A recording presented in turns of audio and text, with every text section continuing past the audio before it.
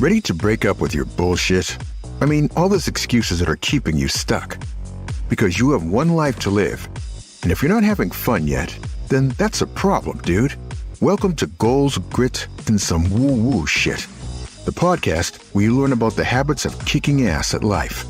Whether you want to get ripped, get rich, or just get high on life, this is the place to be. Here's your host, best-selling author and feel-good expert, Una Duncan. Hey, you're listening to Goals, Grit, and some woo-woo shit. I'm your host, Una Duncan, and today I want to tell you about a huge epiphany I had last year about the different stages that people go through when they're trying to, develop their healthy habits and get in great shape. So when they want to get from someone who is not in great shape, who doesn't know where to start, they're totally overwhelmed, and they want to get to someone who is like kicking ass, who feels so powerful and proud of their body, and they have zero doubt that this is the way it will always be. Okay? Now that is a journey. And I want to go through and talk to you about the defining characteristics of each stage of that journey and the ways that you can support yourself or someone else if you're working with someone else, and the skills and the specific qualifications that you need in order to get to the next stage of your journey. So I actually talk about this a little bit in my book. I mention what's called the Transtheoretical model of behavior change. So this is the most widely accepted model in psychology that helps people identify the stages that they're at, both cognitively and behaviorally, when they're trying to change their health behaviors. The first stage is pre-contemplation. So this is, picture it, someone who's sitting on the couch. The thought of exercising is like completely foreign. They have no interest. If you were like, hey, I'm off to the gym, they'd be like, why? They just totally don't get it. You might have a relative like this who's just like, it is not on their radar at all. They aren't even thinking about not drinking or eating vegetables or whatever the health behavior is. Okay.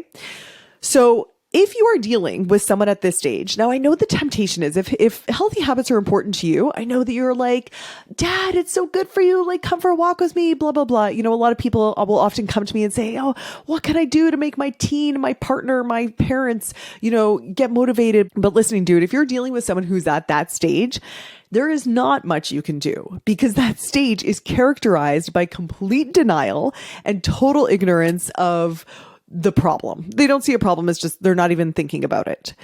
If you wanted to, you could point out the risks of sitting around and eating Doritos all day, but I really wouldn't recommend it because they're just not ready to hear it. Okay. So the next stage is contemplation. So picture the same person still sitting on the couch, still not doing anything, but they're starting to kind of feel guilty about it, like they're not going to go to the gym, but they're at least going to have the thought, yeah, one of these days, I'm going to go to the gym. All right. They're starting to feel a little bit conflicted about it. Now, if you know someone who's at that stage, that person who's always like, yeah, totally, I'm going to do that one day.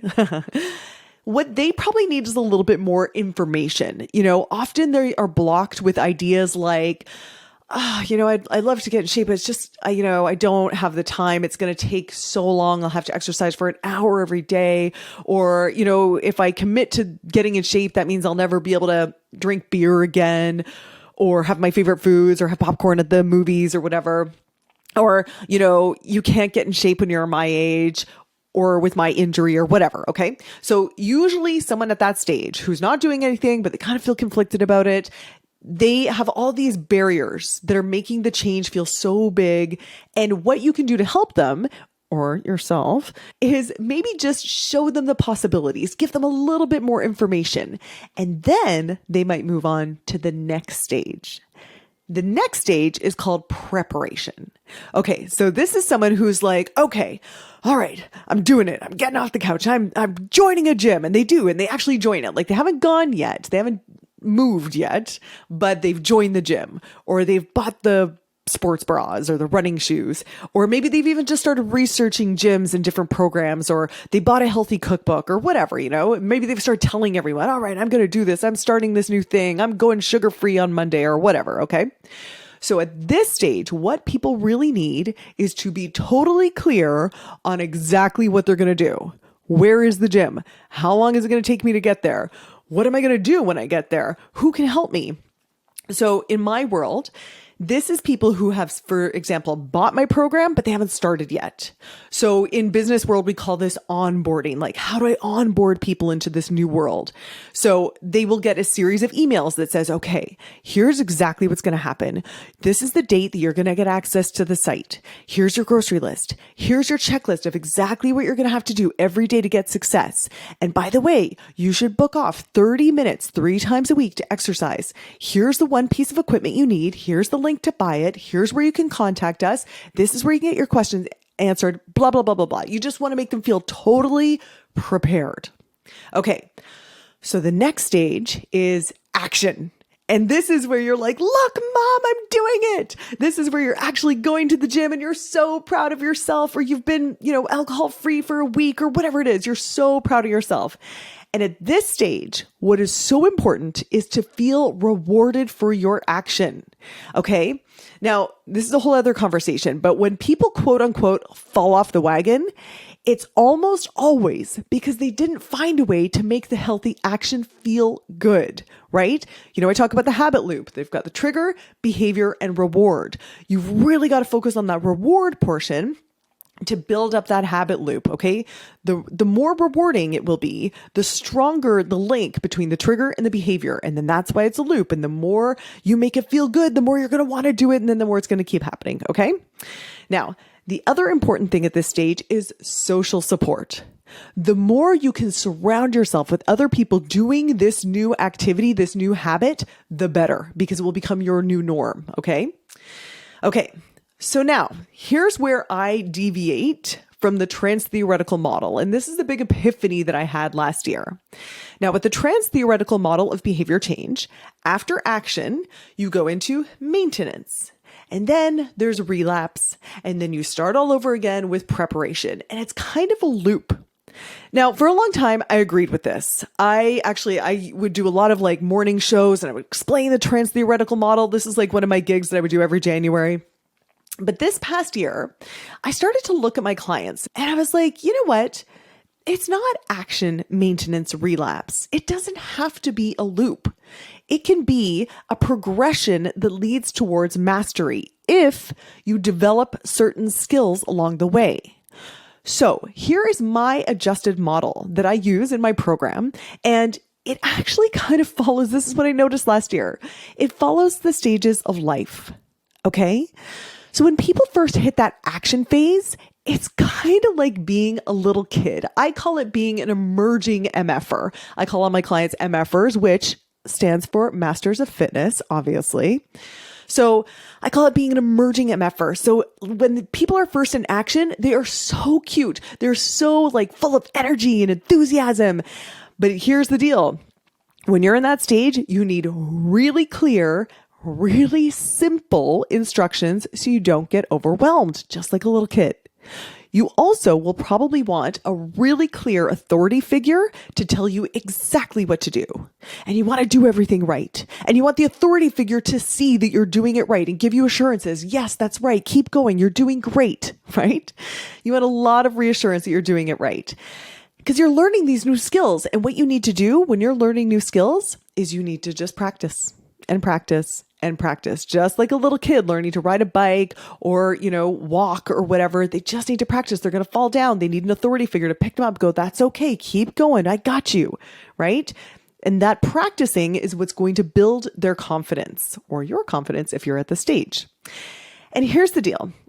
If you're at this stage, it is so important not to try to rush it, And I know you're going to want to. You're going to be like, okay, but I really want to get to the next stage. I don't want to be in this stage where I'm still figuring everything out and it feels new and, I keep falling down and having to pick myself up and I got to follow this really structured plan. Okay. It's really important to not try and rush learning these skills. And that's why I think it's so helpful to think of yourself as a little kid. Because think of all the compassion we have for little kids and how many times we let them fail and try again. We never give up on kids learning to read. kids suck at reading when they first start reading. And no matter how many times they stumble and mispronounce and get frustrated and want to throw the book away, we just say, no problem, come back to it, just do a little bit, and that's the kind of compassion we need for ourselves when we're learning any new skills or new healthy habits. That is the kind of gentleness and patience you need to give yourself at this stage. Now, the exciting part of this stage, this action phase, this emerging MF'er phase, the kid phase, is that your learning curve is so steep. And that can feel really challenging, I'm not going to lie. But it's also when you are going to notice unbelievable progress. It's really noticeable. And that's so exciting and so motivating. Anyone will tell you when they first start doing my program, or I'm sure most programs, the gains, the results are wow, it's super exciting. It's also new, so you don't feel bored. It's the most fun stage. Who would want to rush their childhood? So again, at this stage, when you're just starting out, okay, you need it to be simple. The more simple you can make this, the better. If someone comes at you with some super complicated program where you have to count your macros and do this and complicated meals, no, make it simple, simple, simple. You also need a very clear structure. So, I had a learning moment as a leader in my company because we always wanted to give people autonomy, and I'll talk about that. That's a later stage. So people would sometimes be like, is it okay if I have a banana for a snack or something or whatever? I don't know. And at first we would respond something like, well, I don't know. How does it feel in your body when you have a banana? Is a banana consistent with the kind of results you want to get? We would try and coach them to come up with their own answers. But at this stage, at the child emerging MF'er stage, they just want a clear structure. Just tell me what to do. Okay. So clear structure, no ambiguity. They want it simple. Okay. You also at this stage, you need a lot of support. So make sure you know where to go for questions. You have people who are going to reinforce your healthy habits and say, yes, you're doing it right. That's great. Keep going. Keep going. You need a lot of support at this stage. You need someone who's going to pick you up, dust you off and be like, keep trying. You're awesome. You're making progress. And you need that space to practice until you get consistency. At this stage of the game, when you are just starting out, when you are just an emerging MF'er in the child phase, it's a reps game. You just need to keep practicing. You're just building that habit loop. You're repeating that habit loop as often as you can. And consistency is really the big skill you need to learn before you get to the next phase, which I call the feisty teenager phase. So this is kind of parallel to the Transtheoretical model's relapse phase. But here, this is my big distinction, dude. I think they've got this wrong. It's not a relapse. It is a totally normal stage of growth where you've got the basic skills down. And now you're starting to look for autonomy and individualization and you're feeling a little rebellious. And you don't want to listen to some authority figure telling you what to do anymore. You want to figure it out for yourself, right? It's a stage where it's all about seeking independence and doing experiments. You might remember that from your actual teenage years, right? Yeah, this is the part of your fitness journey where you're smoking pot behind the portable at your school, wearing way too much eyeliner. Not literally, but metaphorically, it's the stage where you just kind of want to see what you can get away with. You start sneaking licks and bites and tastes of some food that you had said you're not going to eat anymore, or you start skipping your workouts or going a little crazy for a weekend just to see what's going to happen. What you're doing here is you are testing boundaries in a way that teens do. And it's not a relapse. It's experimentation. What happens when I do this? Can I get away with this, or are there consequences? Can I live with the consequences? Or do I want to adjust my behavior? These are really important experiments to run so that you can take some pre-prescribed healthy lifestyle protocol and you make it your own. This is an essential phase to move through. It is not a relapse. In my program, I never allow people to say things like, I fell off the wagon, or I screwed up. Instead, I will have them reframe it and say oh, you ran an experiment. How did it go? What did you learn? Right? So imagine someone said something like, I ran an experiment to see what would happen if I skipped all my workouts for 2 weeks during my European vacation and I ate a ton of pastry, but I also walked a lot every day. Like, that's an interesting experiment to run. What happens? And do I want to do that again next time I go traveling? Depending on the outcome, then you can decide what you want to do next time. And do you see how this is like so much more mature and so much more evolved than having this childlike superstitious adherence to a pre-prescribed plan? And I'm not saying there's anything wrong with that. If you are in that emerging MF'er stage, if you're just starting out, that is exactly what you need to do. And you need to build the reps. But once you've got that consistency down, then you need to start experimenting and make it your own. And do you see how it is so much more helpful to reframe these as intentional experiments rather than, I fell off the wagon, I screwed up. Now, quick caveat here. A lot of people get stuck in the teen phase because they're running the same experiments over and over again. I wonder what would happen if I basically starve myself all week and save up all my Weight Watchers points for the weekend and then drink them all with 3 bottles of wine.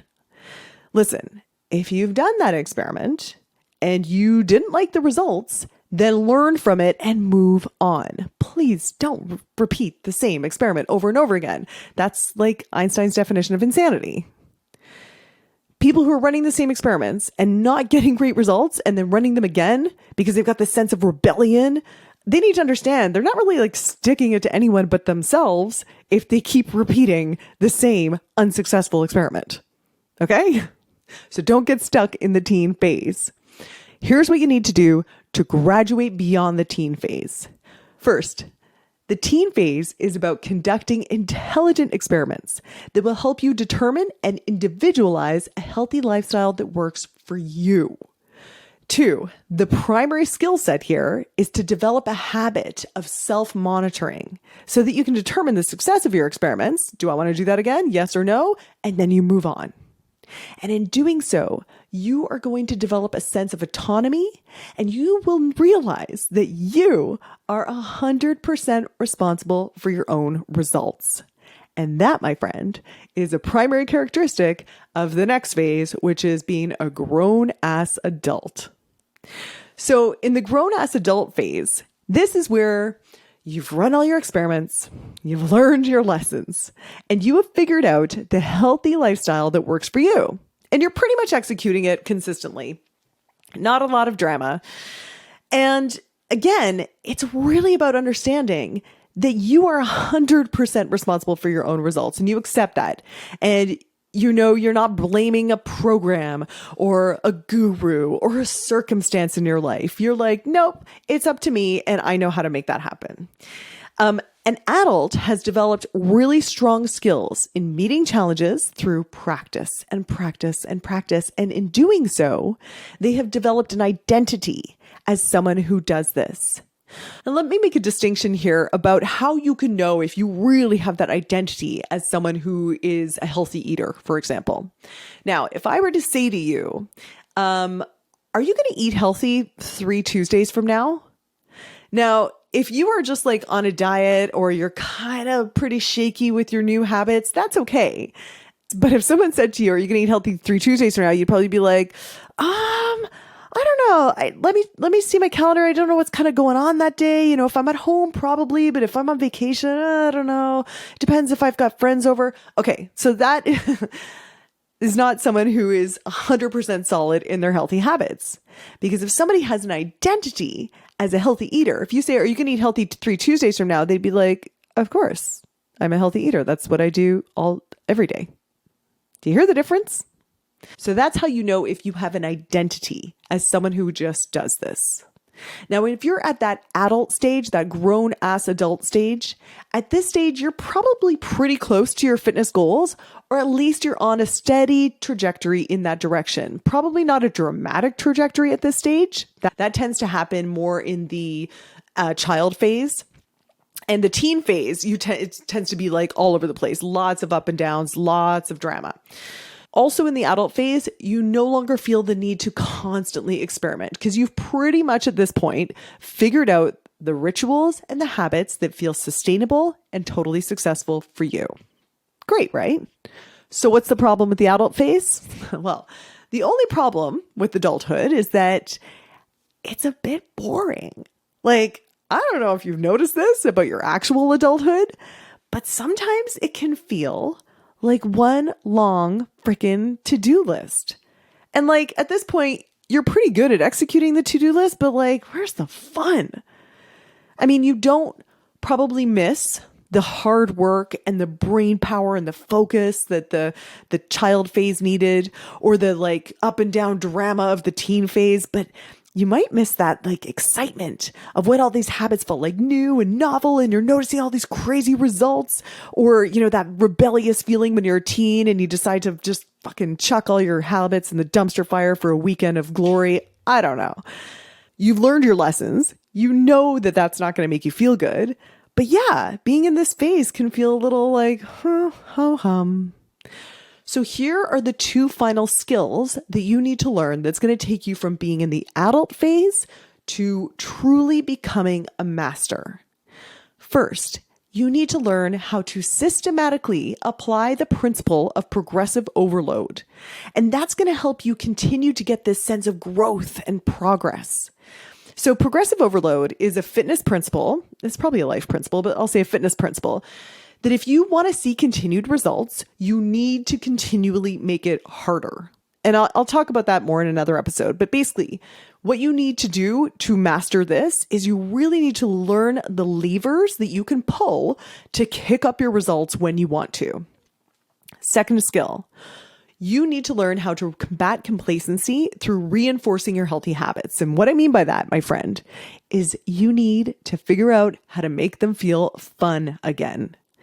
So remember, the habit loop, it's trigger, behavior, and reward. And the more you can strengthen that reward feeling, the more you're going to reinforce the behavior, but also it's going to help you feel engaged and excited.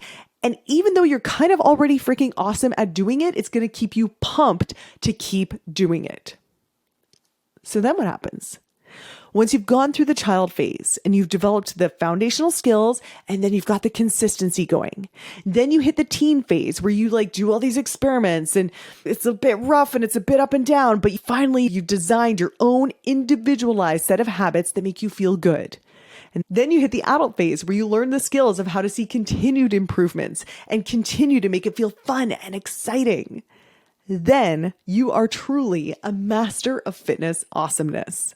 So when you get to this stage, in any situation, 3 Tuesdays from now, no problem. In any situation, you are 100% confident that you are going to be able to stay on track with your healthy habits, because that's just the kind of person you are.